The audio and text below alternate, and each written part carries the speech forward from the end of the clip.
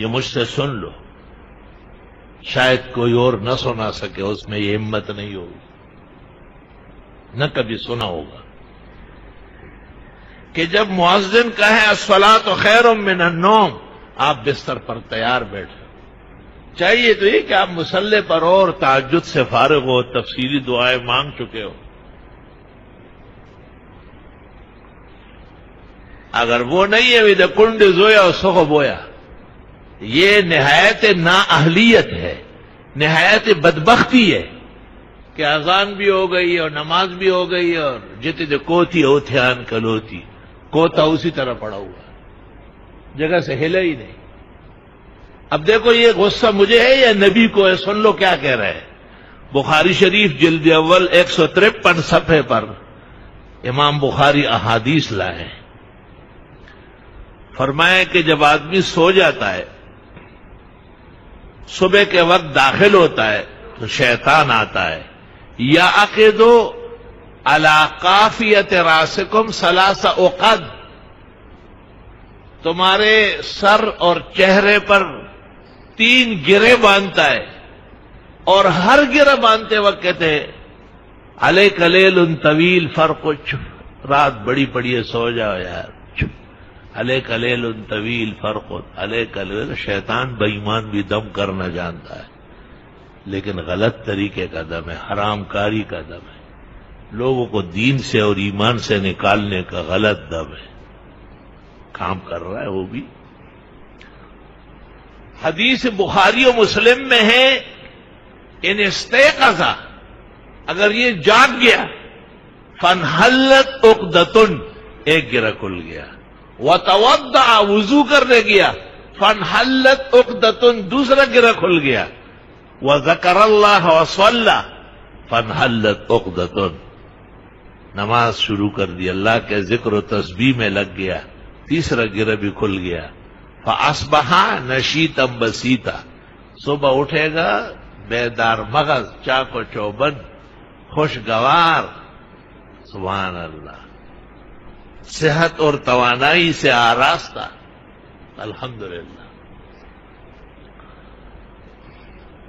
اور اگر یہ نہیں اٹھا، اذان بھی ہو گئی تب بھی نہیں اٹھا، وقت نماز بھی گزر گیا پھر بھی نہیں اٹھا، تو وہ گرے آپس میں سخت ہوتے جاتے ہیں، ٹائٹ ہوتے جاتے ہیں، وہ شیطان آ کے دیکھتا ہے کہ میرا پتر تو اسی طرح لیٹا ہوا ہے، تو پھر کیا کہتا ہے پتہ ہے؟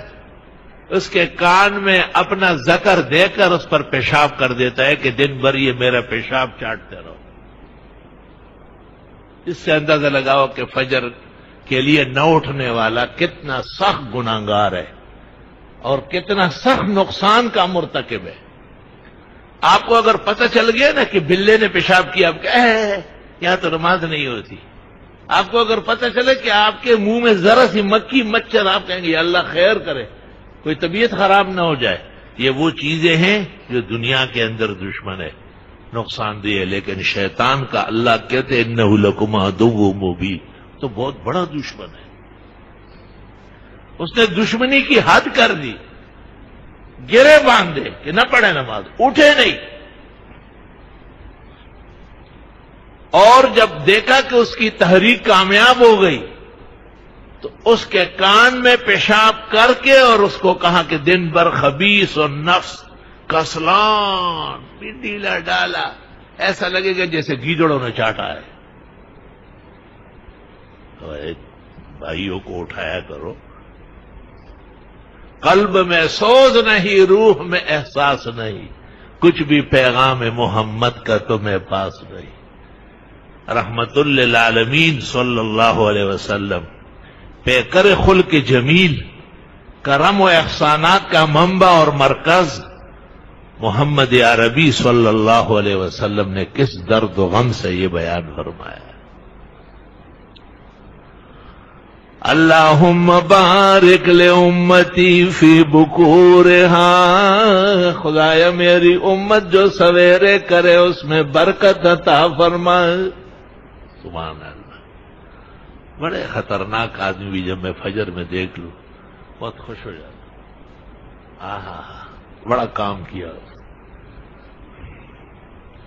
کہتے آسمانوں سے ایک نور نازل ہوتا ہے دن بھر کی کفالت کے لیے، حفاظت کے لیے، اور وہ اس شخص کے سر پر آتا ہے جو فجر کی نماز میں موجود۔